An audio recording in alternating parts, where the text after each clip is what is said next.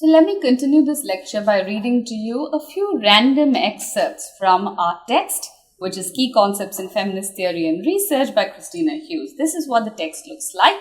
And today, we are going to look briefly at Chapter 1, Concepts, Meanings, Games and Contests, from which I read you a couple of key points for our presentation. So, pay attention to page 4, where Hughes explains that she offers the term conceptual literacy as an act of sensitization that opens us to the variety of ways that we can understand the evidence of multiple meanings. Fuzzy, blurred and multiple meanings are not signs of the personal failure of the naive. Their recognition is a prelude to unveiling the broader political significance of conceptual contestation.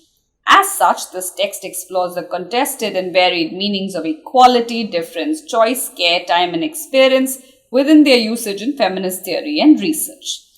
This is important because I think a lot of us do not quite like working with uncertainty. And what Hughes is offering to us is that the moment we begin to take cognizance of such multiplicity, we begin to open out the text in ways that allow for political intervention. If meaning is fixed, if meaning cannot be contested, then we cannot bring about change in the world. And therefore, she's encouraging us to look at multiplicity as not naivety or imprecision, but as a political possibility. Now, this is politics with a small p, not politics with a giant capital P. It is a way of saying that power, relationality, difference, equality, these are things through which we can bring about change in the world. Also pay attention to how Hughes says, theory is often viewed as detached from empirical research. One either does theory or one does research. There is another form of detachment that operates across this binary. That theory is abstract and empirical research is concrete. Because of my concerns about these kinds of false separation, you will find interleaved within the discussion of the varied conceptualizations of equality, difference, choice, care, time and experience, a number of illustrative case studies. Now, I ask that you go through these case studies on your own and in detail because they will really help advance your understanding of a lot of the concepts that we are discussing in this class. Let's now read from Chapter 1, which is Concepts, Meanings, Games and Contests. Let's turn to page 13. Hughes begins by saying, I begin with post-structuralist understandings of language and meaning. These draw on Derridian notions of the deferral of meaning through difference. There are several points that I have found important here. The first is a recognition that is given to the role of language in shaping our understandings of reality.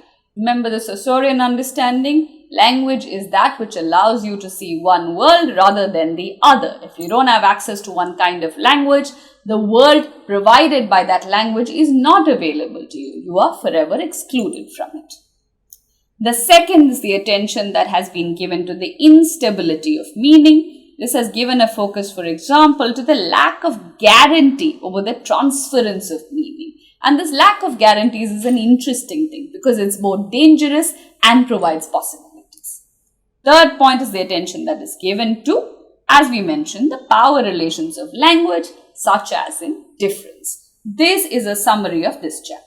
Pay attention to the paragraph on page 15, starting with, although meanings cannot be fixed, we live our lives as though they are.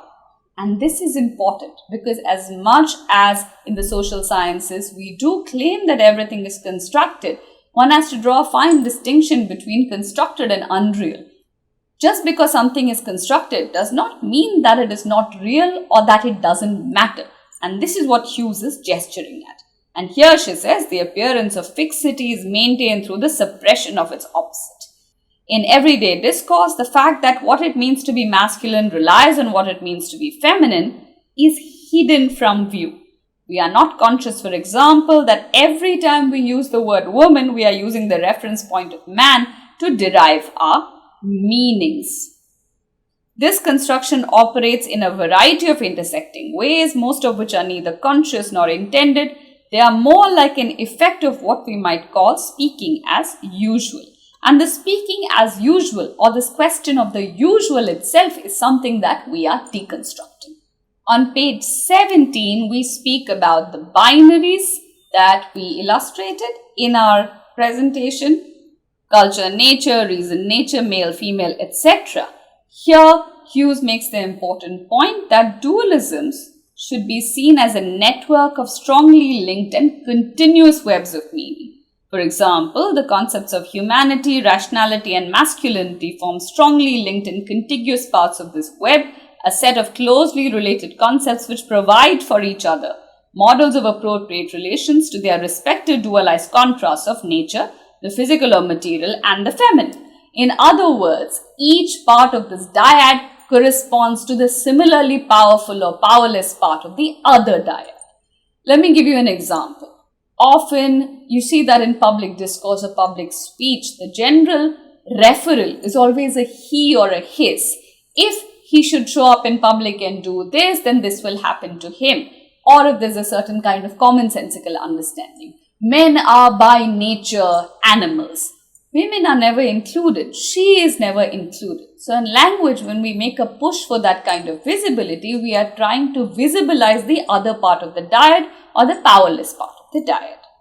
Plumwood explains this through 5 features that she argues are characteristic of dualism. Plumwood is who Hughes is depending upon to make this argument. And what I just spoke about in relation to visibilization and invisibilization, Plumwood calls backgrounding or denial. These include making the dependent upon inessential and denying the importance of the other's contribution or even their presence in public life. The next concept to pay attention to is deconstruction. Deconstruction sees social life as a series of texts that can be read in a variety of ways. Life itself as a text, and this is important because for some of you, maybe you come up with this very often, where you say something or observing something about social life and somebody says, don't think too much. It's because you're thinking too much that this is a problem. Well, this causes actually a certain kind of legitimation to this kind of overthinking, supported by deconstruction. Deconstruction sees social life itself as a variety of texts that must be interpreted, that must be read, that must be thought about. While there is this variety, as we have seen, texts contain hierarchical concepts organized as binaries. Deconstruction does not seek to overturn the binary through a reversal of dominance. This would simply maintain hierarchization. And this is terribly important to understand because it's not that feminism or the feminist movement seeks to achieve its target by putting women where men were. In fact, post-structural feminism or deconstructive feminism, I might be getting a little ahead of myself using those terms, but I'm just saying it for specificity. Post-structural feminism seeks to understand power and urges that we address these forms of power instead of saying now it's women's turn to be powerful. The problem is power, the problem is not men. And lastly, Hughes comes to this question of contests over meaning and argues that contests over meaning are not technical issues. Rather, they arise because conceptualization has an inferential justificatory role. To claim that a particular meaning of a concept is the only valid one is to license the future use of that particular meaning. This means that contests over meaning are accounts of how terms should be used, which, if successful, impact upon practices and theorization. Which means that multiplicity is reorganized to say that only one meaning has primacy over other meanings, thereby influencing the kind of world that that concept will then go on to build. At the end of the chapter, it's important to consider, therefore, how to reapproach the question of what is woman. If woman itself is a non-fixed category bearing multiple meanings, what kind of meaning has primacy at any point of time depends on the power relations of those using the term. Keeping this in mind, we can move forward, behaving as if it means something that does not necessarily need to exclude other things. Keeping this in mind, let's return to the question of what is woman? And if what is woman cannot be quite an all-encompassing category of woman, then it must necessarily include everything that means woman, that can be deployed differently depending on who is speaking when. At the same time, the question cannot be answered by excluding everything else that is a woman. So we deploy it knowingly with caveats as an organizing principle rather than one that has fixed meaning.